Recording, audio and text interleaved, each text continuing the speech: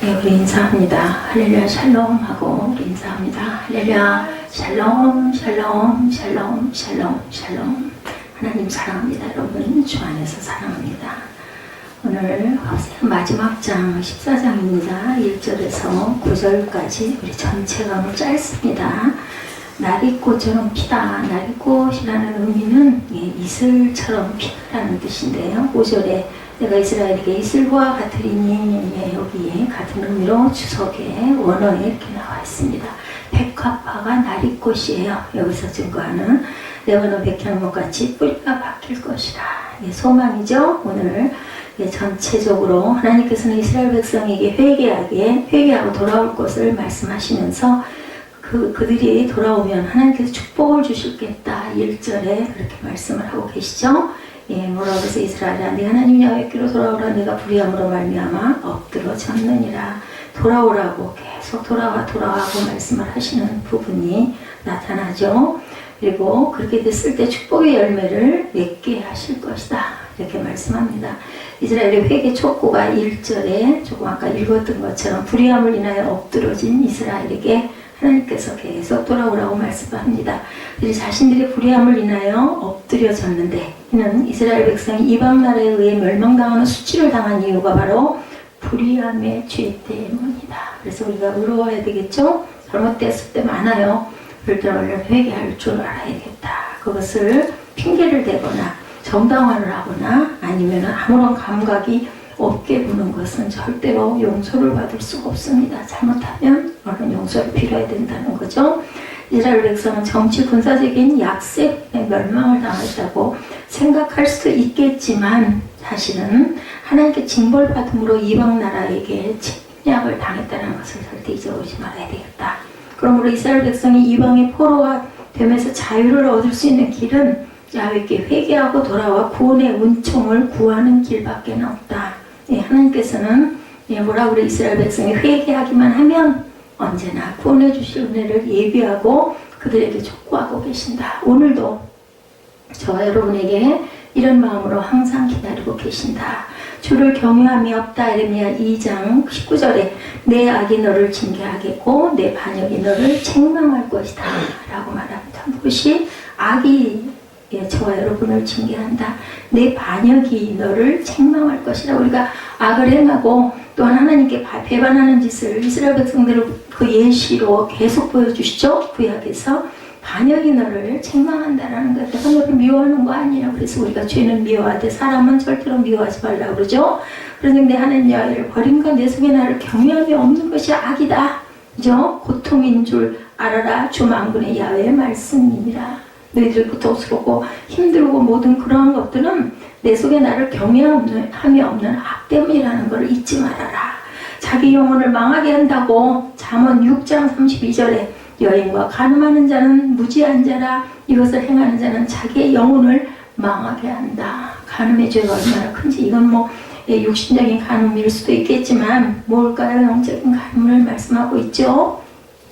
두 번째 2절에서 모든 불의를 제하시고 선한 바를 받으소서 합니다.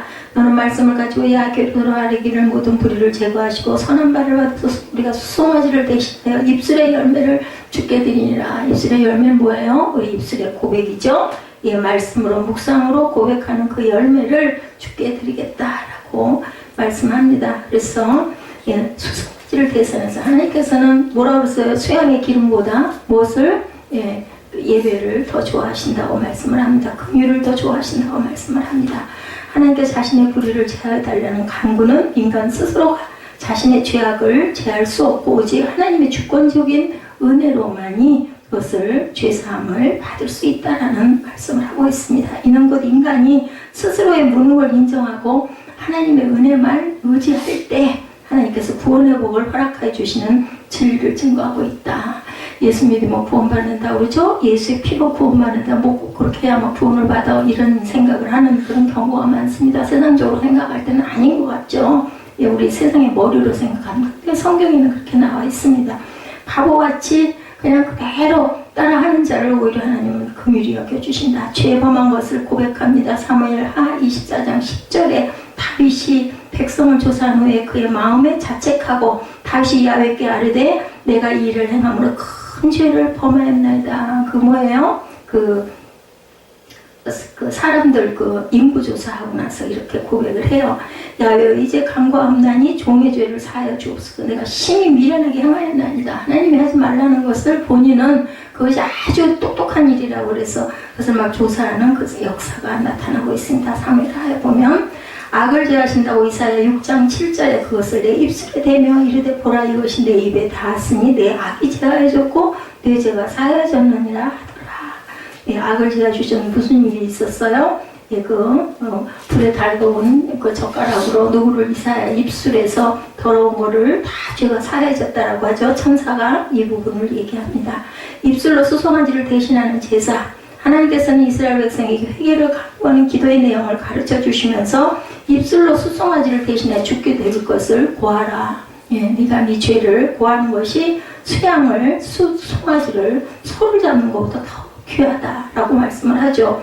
구약의 동물 제사를 대신해서 하나님께 찬미의 제사를 드릴 것을, 그것을 더 기뻐하신다. 서원하라는 거죠. 이스라엘 백성이 동물 제사는 드렸지만 삶 속에서 하나님의 뜻을 실천하는 삶의 제사가 없기 때문에 하나님께 심판을 받았으므로 회개하여 진정한 제사를 하나님을 기쁘시게 하여야 함을 강조하고 있습니다. 이러한 제사는 그리스도의 구속으로 말미암아 신약 시대의 성도가 하나님께 드리는 뭐로? 영적 예배로 나타났다. 시편 150편 1절에 찬양하라. 할렐루야 그의 성소에서 하나님을 찬양하며 그의 권능의 궁창에서 그를 찬양할지어다. 수소를 드리는 것보다 찬양하는 그러한 예배, 찬양의 경배가 그래서 아주 귀합니다.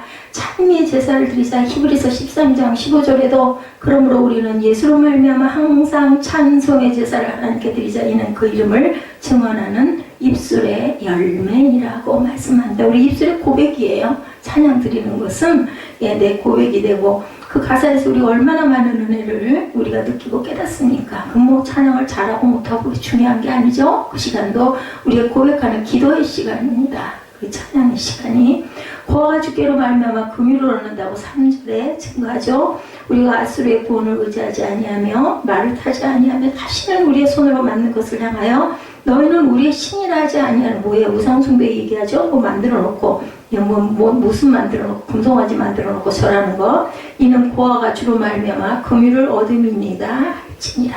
이렇게 고백을 하죠. 이스라엘 백성이 하나님께 징벌을 받은 이유 중에 이웃나라의 아수르의 군사력을 의지하고 손으로 지은 우상을 숭배한 것이 주된 것이었다. 우리는 눈으로 볼 때는 그렇죠. 그 시대에 아수르가 아주 강했기 때문에 그 나라가 우리를 좀 도와주면 우리가 전쟁에서 이길 수 있어. 그렇게 생각하는 게 옳아요. 사람의 시선으로 볼 때는. 근데 하나님은 내가 너와 함께 할 건데 너 뭐로 그 짓을 하니라고 말씀을 하죠. 그리고 또한 손으로 만들어서 우상을 놓고 절하는 거 정말 하나님 싫어하시는 거다. 오늘날도 우리가 형상을 만들어 놓고 하지는 않지만 우리가 너무너무 귀한 것들이 있죠. 명예나 권력이나 돈이나 아니면 자녀나 남편이나 아내나 아니면 또 자신의 취미생활이나 이런 걸 너무너무 신앙보다 예배 드리는 것보다 더 귀하게 여기면 우상이 된다는 거죠. 하나님을 의지하고 세상의 군사력을 의지하는 것은 하나님의 주권을 부정하는 것이다.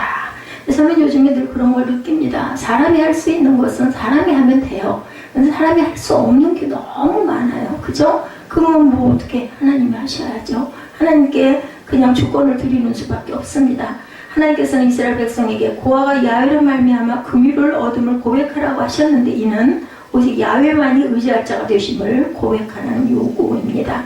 하나님께서는 자신을 의지하는 자에게는 긍휼을 베푸셔서 승리케 하시지만 세상을 의지하는 교만한 자들에 대해서는 진노의 심판을 내리실 것이라는 말씀을 하고 계십니다. 고아를 도우시는 하나님이라고 시편 14절에 주께서는 보셨나이다. 주는 재앙과 원한을 감찰하시고 주의 손으로 갚으려 하시오니 외로운 자가 주를 의지하리이다 라고 말씀합니다. 주는 벌써부터 고아를 도우시는 이신이다 고백합니다. 고아의 아버지이신 하나님이라고 시편 68편 5절에도 그의 거룩한 처소에 계신 하나님은 고아의 아버지시며 과부의 재판장이시라 이렇게 고백합니다. 이스라엘에 대한 구원 약속이 나타나죠. 4절에 내가 그들의 반역을 고치고 기쁘게 그들을 사랑하리니 하나님께서는 이스라엘의 폐역을 고치시고 즐거이 저희를 사랑하실 것을 약속하셨습니다. 이는 이스라엘 백성에게 징벌을 내리심으로 그들을 회개시키시고 깨끗게 하셔서 구원을 베푸시는 하나님의 구속 역사를 증거하는 내용입니다. 하나님께서는 자기 칭찬의 진노가 그들에게 떠났다고 선언하였는데 이는 이스라엘을 구속하기 위한 하나님의 적극적인 면을 증거하고 있습니다. 이와 같이 하나님의 이스라엘에 대한 진노하심은 그들을 죄악에서 떠나게 하시고 구속의 은총을 내려주시기 위한 하나님의 계획이었습니다. 이러한 하나님의 구속 계획은 그리스도를 통하여 계시되었는데 그리스도는 죄인에 대한 보응을 대신 받으시고 하나님의 사랑을 죄사함을 받은 자들에게 임하게 하셨죠. 그러기 위해서 오셨습니다. 치료하시는 야훼라. 출애굽기 15장 26절에 이르시되 너희가 너희 하나님 나 야훼의 말을 들어 순종하고 내가 보기에 의를 행하며 내 계명에 귀를 기울이며 내 모든 규례를 지키면 내가 애굽 사람에게 내린 모든 질병 중 하나도 너에게 내리지 아니하리니 나는 너희를 치료하는 야훼이니라. 이렇게 말씀합니다. 잠잠히 사랑하신다고 스가랴 3장 17절 우리 찬양 너무 좋아하죠? 너희 하나님 야훼가 너희 가운데 계시니 그는 구원을 베푸실 전능자이시라. 그가 너로 말미암아 기쁨을 이기지 못하시며 너를 잠잠히 사랑하시며 너로 말미암아 즐거이 부리며 기뻐하리라. 아주 제가 굉장히 은혜 받은 구절이 바로 이 구절이고 이 찬양입니다. 이스라엘의 이슬과 같으신 하나님 5절에 나타나죠. 하나님께서는 자신이 이스라엘의 이슬과 같이 되실 것을 약속합니다. 이스라엘이 없으면 그 곡식 같은 거 그런 거 그 습기를 어떻게 할 수가 없었대. 너무 건조했기 때문에 이스라엘 하나님의 법을 어길 때 징벌을 받아 이슬이 내리지 않아서 농사를 망치는 재앙. 그래서 헐몬산이 그렇게 귀했다고 그러죠. 거기에는 사시사철 항상 안개가 끼어 있고 습했다고 합니다. 그것이 싹 흘러내려가지고 그렇게 곡식들을 이렇게 적셔줬다고 합니다. 이제 하나님께서는 그들에게 이슬과 같은 생명을 주는 존재가 돼서 그들을 회복시킬 것을 교훈하시죠.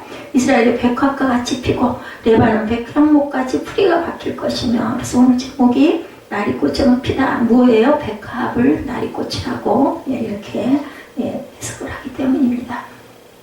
그 가지는 퍼지며 그 아름다움은 감람나무와 같고 향기는 레바논 백향목 같을 것이라는 예언의 말씀은 이스라엘의 회복과 축복의 상태를 증거하여 주죠.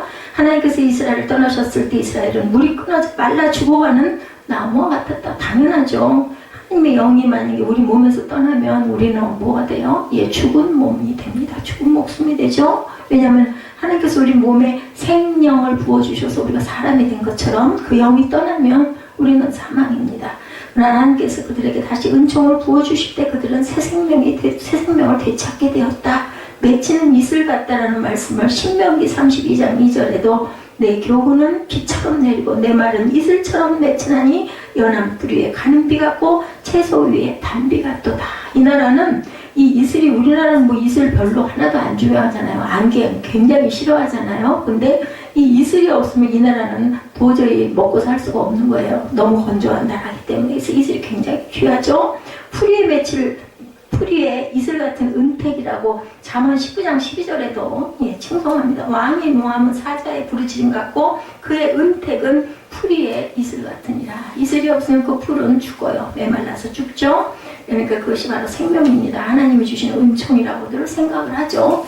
나로 말미암아 열매를 얻으리라. 나는 푸른 잣나무 같으니 내가 나로 말미암아 열매를 얻으리라 하리라. 하나님께서는 이스라엘 백성이 우상과 상관이 없음을 고백하면 이러한 이스라엘에게 복을 내리셔서 풍성한 열매를 맺게 하실 것을 약속하시죠. 하나님으로 말미암아 맺는 열매는 생명과 축복의 열매다. 5절의 말씀이 굉장히 축복의 내용입니다. 이스라엘 백성이 하나님을 떠나 우상을 숭배할 때는 죽음과 저주의 열매를 맺었지만 그들이 다시 야훼께로 돌아오면 그들에게 복을 내려주시겠다는 약속을 오늘 호세아 14장 마지막 장에서 하고 있습니다. 이런 하나님의 축복의 약속은 그리스도로 말미암아 신약 성도들에게 성취가 되어서 오늘날 우리는 다 알고 있는 내용이고 그 시대에는 전혀 모르는 내용이었다는 것을 감안하고 생각해야 되겠다. 성도는 그리스도의 영을 받아 성령의 열매를 맺으며 살고 있는 것이다. 그래서 오늘 성령에 관한 찬양을 여러 곳 제가 반복을 했죠. 성도가 맺는 성령의 열매는 하나님 나라에 들어갈 수 있다는 증거가 됩니다. 예수 안에서 맺는다. 요한복음 15장 5절 우리가 너무너무 잘 아는 말씀이죠. 나는 포도나무요 너는 가지라. 그가 내 안에 내가 그 안에 거하면 사람이 열매를 많이 맺나니 나를 떠나서는 너희가 아무것도 할 수가 없죠. 당연히 성령의 열매에 대해서 갈라디아서 5장 23절이죠. 오직 성령의 열매는 사랑과 희락과 화평과 오래 참음과 자비와 양성과 충성과 온유와 절제니 이 같은 것을 금지할 법이 없느니라. 우리가 이런 열매를 많이 맺어야 하나님의 은혜 안에서 우리가 구원을 얻고 그리고 화평이 되고 샬롬의 복을 누리게 되죠. 그래서 기쁘신 하나님의 지혜와 구원 역사에 대해서 말씀합니다. 4절에 보니까 뭐라 그래요? 내가 그들의 반역을 고치고 기쁘게 그들을 사랑하리니 나의 진노가 그에게서 떠났습니다. 4절에 이렇게 말씀합니다. 하나님의 지혜와 구원 역사죠. 인간이 알 수 없는 하나님의 일 우리가 다 알 수가 없습니다. 하나님께서는 누가 지혜가 있어 자신의 구원의 비밀을 깨닫고 누가 총명이 있어 이런 일을 알 수 있겠느냐고 말씀을 하시죠. 이는 하나님의 크고 비밀한 구원 계시를 인간이 스스로 깨달을 수가 없고 오직 하나님의 계시를 통해서만 알 수 있음을 교훈하십니다. 그리고 또 하나 있습니다. 우리가 할 수 있는 거 기도할 때 깊이 기도할 때 하나님께서는 영적으로 우리에게 계시하시고 알려주십니다. 뭐를 통해서? 말씀을 통해서 또한 찬양을 통해서도 우리에게 감동을 주셔서 깨닫게 하십니다. 하나님께서는 오묘하신 섭리와 경륜 가운데 자기 백성을 구원하실 계획을 세우시고 스스로 그 계획을 실천하심으로써 자신의 선하신 뜻을 이루시는 역사의 주관자가 되셨다. 그래서 시편 107편 43절에 주의 인자하심을 깨달는다라는 고백이 있습니다. 지혜 있는 자들은 이러한 일들을 지켜보고 야훼의 인자하심을 깨달으리로다. 계시의 영에 대해서 에베소서 1장 17절에 우리 주 예수 그리스도의 하나님 영광의 아버지께서 지혜와 계시의 영을 너에게 주사 하나님을 알게 하시고 우리는 지혜와 계시의 영을 다 받았어요. 왜냐하면 하나님을 알고 하나님을 기뻐하고 감사하고 찬양하고 하나님께 예배드리기를 기뻐하죠. 하나님을 알았죠. 이렇기 때문에 우리는 모두 다 지혜와 계시의 영을 받은 사람들이라는 걸 얼마나 감사합니까? 정직한 여호와의 도, 하나님께서 여호와의 도는 정직하여 의인이라 그 도에 행하리라고 말씀을 하죠. 그러나 죄인은 그 도에 거쳐서 넘어지게 된다. 죄인은 당연히 그 도에 거쳐서 정직한 의인이 될 수가 없습니다. 하나님의 복음은 구원과 심판의 양면성을 항상 가지고 있죠. 복음을 믿는 자에게는 구원이 되고 믿지 않은 불순종한 자들에게는 뭐가 돼요? 심판, 멸망과 저주가 있다는 것.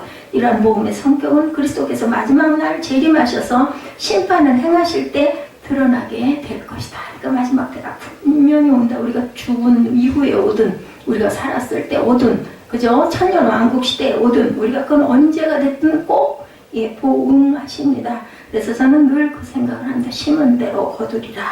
의로운 주의 판단이라고 시편 119편 75절에 야훼여 내가 알거니와 주의 심판은 의로우시고 주께서 나를 괴롭게 하심은 성실하신 때문이니이다 라고 말씀합니다. 진실을 무망하시다. 신명기 32장 4절에 그는 반석이시니 그가 하신 일이 완전하고 그의 모든 길이 정의롭고 진실하고 거짓이 없으신 하나님이시니 공의로우시고 바르시도다. 항상 진실하시고 거짓이 없으신 공의로우신 하나님 공의예요. 공의. 잘못한 사람에게는 잘못한 만큼의 벌이 가는데 그래도 구원하시죠. 어땠을 때? 회개했을 때. 결론은 하나님의 크고 비밀한 구원의 역사로 인하여 하나님의 백성은 구원의 은혜를 받게 됩니다. 그리스도 안에서 구속의 은총을 입은 성도는 이러한 사실을 기억해서 항상 하나님의 구원을 찬양하며 영광을 찬미하며 복음을 증거해야 되겠다. 우리의 책임이에요. 우리가 해야 할 우리의 임무입니다.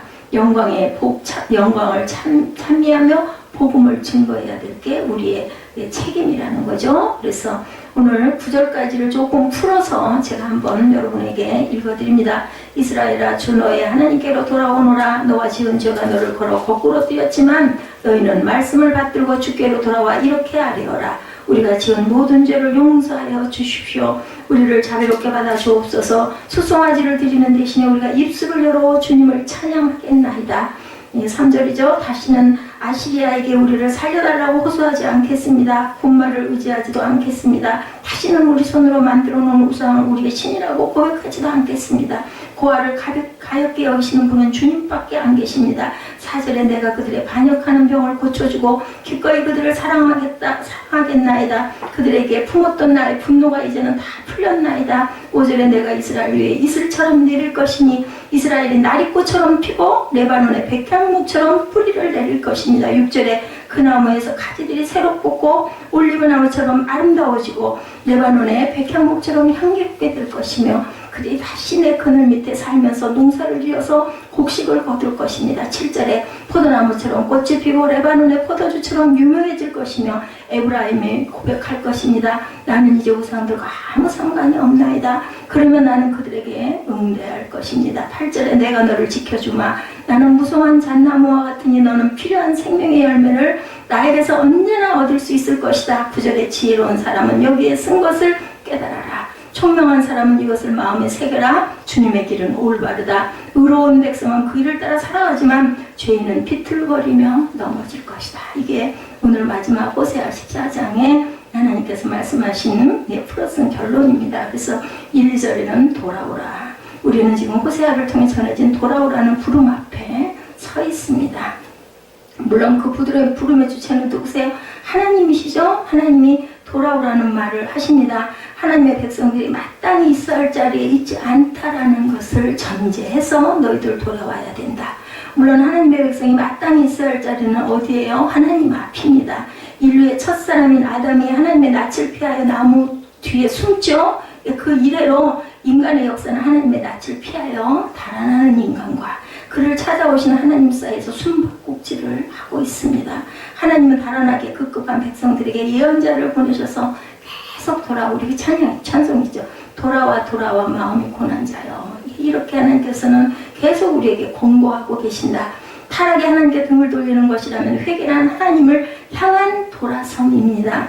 호세아는 하나님께 등을 돌리고 살던 백성들의 처지를 죄에 의해 거꾸러진 것을 표현하고 있습니다. 그리고 하나님께 등을 돌리고 살면 행복할 줄 알았지만 오히려 삶이 곰핍해진다라는 거죠. 낭패라는 단어, 한 문자 아시죠? 낭패. 일이 실패로 돌아가 매우 딱하게 됨이라는 뜻을 갖고 있는데, 그런데 그 자전을 보니까 낭과 패가 모두 그 이리를 일컫는다라는 뜻을 갖고, 이리가 뭐예요? 짐승이죠? 이리.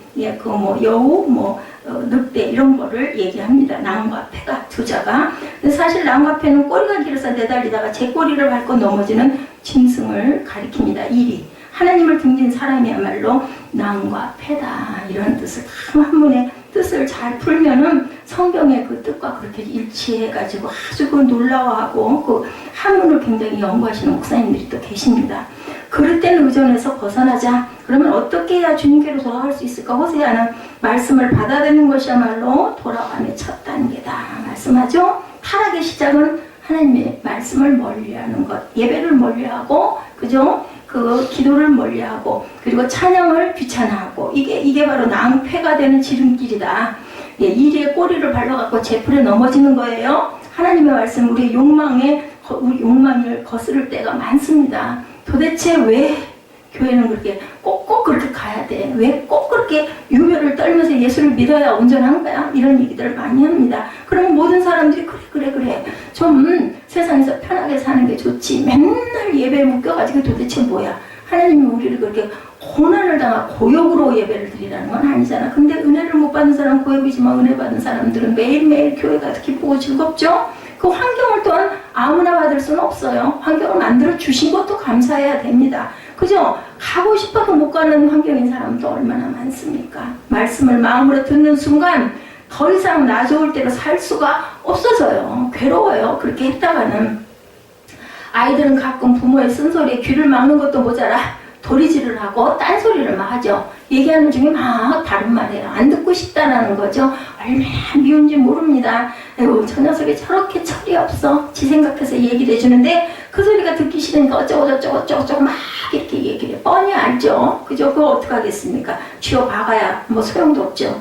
이게 어쩌면 하나님 앞에 우리의 모습, 저는 우리 아들을 보면서 내가 하나님의 그 마음을 제가 굉장히 많이 생각을 합니다. 나도 한참, 지금도 마찬가지긴 하지만 한참 저절났다고 하고 그리고 빼딱거리고 돌아다니고 할 때 하나님이 보실 때 우리 사무엘이 나한테 하는 것과 그보다 더 심한 모습이지 않았을까 생각을 합니다. 그걸 알기 때문에 자꾸 권면을 더 많이 하게 되죠. 그게 아이가 보기엔 잔소리로 들릴 겁니다. 하나님께 돌아가려면 하나님의 말씀을 경청하고 그 말씀에 맞추어 우리 삶을 조율할 줄 알아야 됩니다. 우리는 다 부족하죠. 어떤 면이 조금 나면 또 어떤 면은 또 그 사람만 아주 못할 때가 많습니다. 돌아가기 위해서는 우리를 붙잡았고 놓아주지 않는 것들과 관계를 단호하게 끊어낼 줄도 알아야 된다. 그래서 신앙은 결단해라. 결단한다고 얘기하죠. 예, 결은 정하다는 뜻도 있고 끊는다는 단자의 뜻도 있습니다. 예, 단도 끊는다는 단, 결도 끊을 결도 있다라는 거죠. 매섭게 끊지 않고는 하나님의 마음을 우리가 도착을 할 수가 없습니다. 호세아는 그 백성의 끊어야 할 것 두 가지를 지적합니다. 하나는 아시리아라는 외세, 아수르죠. 예, 그 사람들에게 의지하지 말아라. 군마로 상징되는 힘의 송상에서 벗어나지 않고는 하나님께 돌아갈 수 없다. 오늘날은 뭐예요? 돈입니다. 돈, 물질. 예, 물질이 없어서 우리 뭐 그럴 때 많잖아. 이렇게 맨날 모자라. 이게 좀 있어야 할 텐데 필요해요. 필요. 그렇지만 그것도 우리가 결단하고 벗어나고 있을 때 뛰어넘을 줄도 알아야 되겠다라는 거죠. 예, 군마로 상징되는 힘의 송상에서 벗어나지 않고는 하나님 앞에 돌아갈 수가 없다. 우리는 신앙이면서도 자기도 모르는 사이에 군마에 의존하고 있을 때가 너무나 많습니다. 고백합니다. 실제로 세상을 움직이는 그 힘은 예, 어때요? 힘 있는 사람은 또는 힘 있는 나라는 가진 것들이 많을 때, 그죠? 그럴 때 뭐든지 움직일 수가 있죠. 사람들은 힘이 곧 정이라는 그러한 그 마음을 부인하면서도 예, 삶으로는 인정을 한다라는 겁니다. 미국이 우리 공간에 도청장치를 했다는 사실이 폭로되어도 우리는 항의할 수가 없다라고 합니다. 국가기관이 불법을 저지르고 예, 그 정치적인 이익을 위해 권력을 남용해도 별로 분노할 수가 없다라고 합니다. 국가는 개인의 자유 너머에 있다고 믿거나 아무리 소리질러 보아도 별 소용이 없어. 물론 예, 뭐 결함으로 바위치는 격에 이런 생각을 할 때가 많죠. 하지만 예, 보이지 않는 곳에 역사를 이끌어가는 분이 분명히 계신다는 것을 우리는 믿고 가야 되겠다. 백성들이 버려야 할 두 번째 것 뭐 뻔하죠. 우상숭배. 그렇죠? 물질에 있음으로 인해서 교만한 것 똑같습니다. 그리고 그 다음은 우상숭배. 우상이란 하나님의 좌정하고 계셔야 할 자리 대신에 들어앉아 있는 것들 일체를 얘기를 합니다. 어떤 형상만이 아니죠. 예, 우상은 사람들에게 풍요와 평안 그리고 막 그저 쾌락을 약속하죠. 우상은 하나님처럼 과도한 욕망을 내려놓고 이웃들과 공생하는 삶을 추구하라고 절대로 말하지 않습니다. 우리에게 윤리적 삶을 요구하지도 않죠. 그렇게 우상은 어느 시대이든 인기가 있습니다. 어느 신학자는 현대사회의 우상은 출세라고도 얘기를 합니다. 사람들은 출세를 위해서 수단 방법을 가리지 않는 세상에 하나님이 머무릴 자리가 없다라고 얘기하죠. 물론 그런 세상에서 사회적 약자들의 설 자리는 좁아질 수밖에 없고 사람들이 우상 앞에 절을 하는 까닭은 왜? 불안하기 때문에 지킴을 받고 싶은 거예요. 그러니까 저는 그 생각을 늘 합니다. 우리 속에 분명히 우리가 태어날 때 예, 하나님의 어떤 그 창조주를 의지하고 싶은 마음을 다 주셨어요. 누구에게나. 그러니까 예수를 안 믿는 사람도 다른 잡신이든 뭐래든 믿지 않아요. 그리고 뭔가 빌고 싶은 마음이 다 있습니다. 누구에게나. 시시각각으로 내면에 찾아드는 불안을 지우기 위해서 사람들은 여러 가지 것들에 집착을 하죠. 예, 돈, 술, 섹스, 게임, 명품 이러한 것에 중독된 채 살아간다. 뭔가에. 그럼 나는 뭐에 중독됐나? 이것도 한번 생각해 봐야 됩니다. 모든 중독은 영적으로 뒤틀린 상태이고 작은 우상 숭배일 수밖에 없다. 참 평화는 외세에 의존하거나 우상을 숭배한다고 얻어지는 게 아니죠. 하나님께로 돌아감이 참 평화의 시작입니다. 선제적인 은총에 대해서 호세아는 하나님을 고아를 가엾게 여기시는 분이다 이렇게 말씀을 하죠. 이것은 부분을 통해서 전체를 이야기하는 일종의 제휴법이라고 할 수가 있는데 하나님은 한 사회의 주변인들 그러니까 주류 사회에 의해 무시당하고 처벌받는 이들의 처지에 깊은 관심을 가지셨어요. 특히 누구를 보내셔서 예수님을 보내셔서 어느 신학자는 율법 전체를 가난한 이들에 대한 우선적 관심으로 요약하기도 합니다. 많은 이들이 하나님을 믿는다고 말하면서 하나님께 깊은 관심을 갖고 계신 이들에게는 무관심할 때가 많습니다. 그들과 연루되기를 꺼려합니다. 부담스러워합니다. 예, 특히 작은 교회, 개척교회 가기 시작하는 게 바로 이런 마음 중에 하나죠. 연루되는 순간 일상의 평온이 깨져. 불편한 일이 발생돼. 자꾸 내 시간을 뺏겨. 내가 자꾸 돈을 자꾸 나눠줄 수밖에 없어. 안 주자니. 그 마음에 꺼리낌 있고 주자니 아깝고 그러니까 안 보고 안 가는 게 차라리 낫다라고 생각을 한다는 거죠.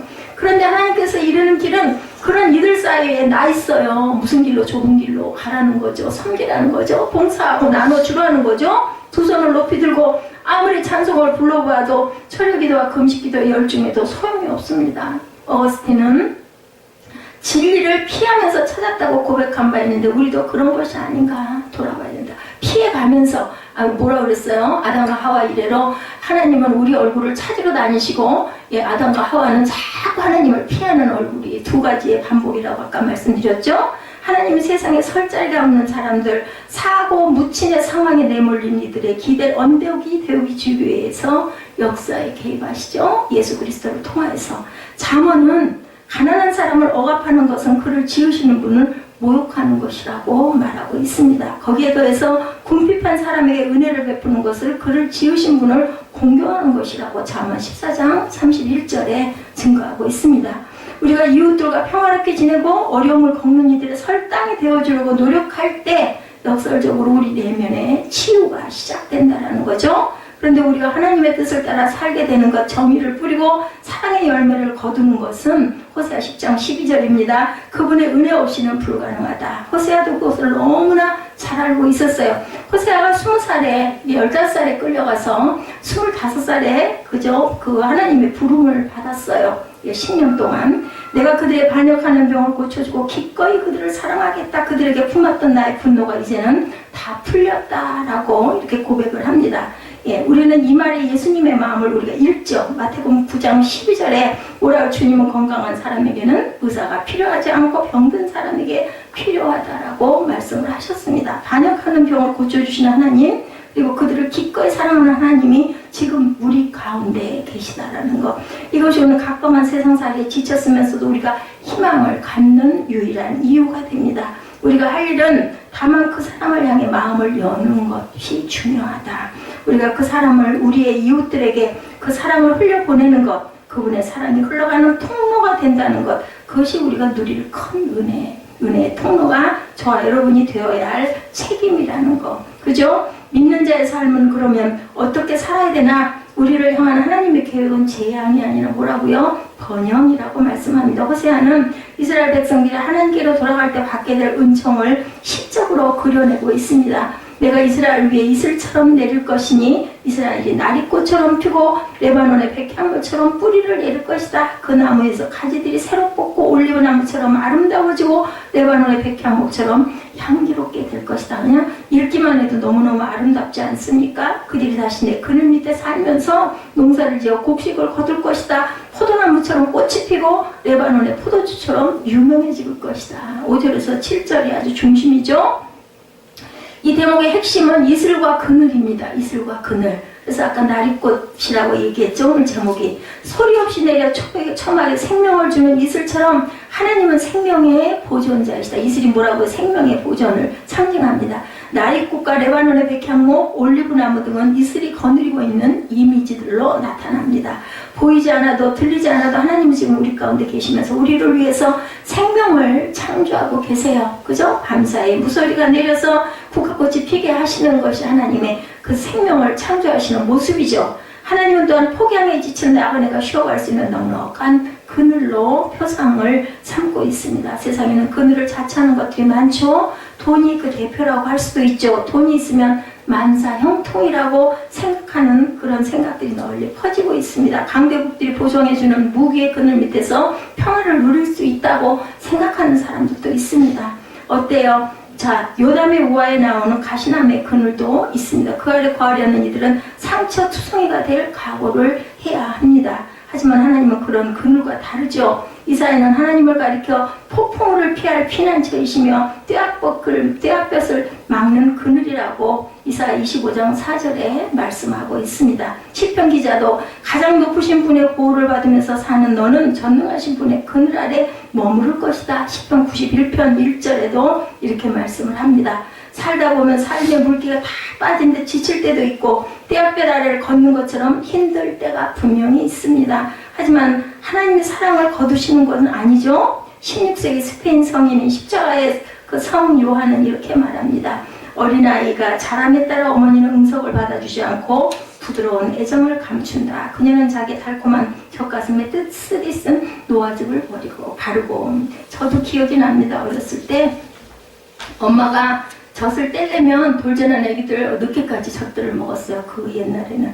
그러면 뭐를 발라요? 쓴 약을 발라요. 그러면 애기가 젖을 먹으려고 하면 딱 대주면 쓰니까 몇 번 그렇게 하다가는 이제 쓰면 조금씩 안 먹기 시작을 해가지고 젖을 뗄 때는 돌이 지나면 꼭 그렇게 해가지고 젖을 뗐던 것처럼 어린아이가 이런 버릇을 그만두고 더 크고 중요한 일에 습관을 들이게 하도록 아이를 품에서 내려놓고 제 발로 걸어가게 해야 된다는 거죠. 자, 이것이 바로 어둠 밤 제1권의 십자가의 성 요한의 이야기에 나온 내용입니다.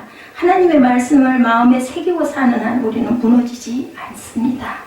하나님은 때로는 이슬과 그늘로 우리를 돌보시지만 다음 순간에는 젖가슴에 노아죽을 바르는 어머니처럼 우리를 성숙의 길로 인도한다. 우리가 고난을 당할 때 이 부분을 절대로 잊지 마시기 바랍니다. 그것에서 우리가 더욱더 강해지고 그것을 통해서 내가 다시 면역력을 가지고 일어서게 하시는 하나님이죠. 항상 그러면서도 또한 피할 길을 주십니다.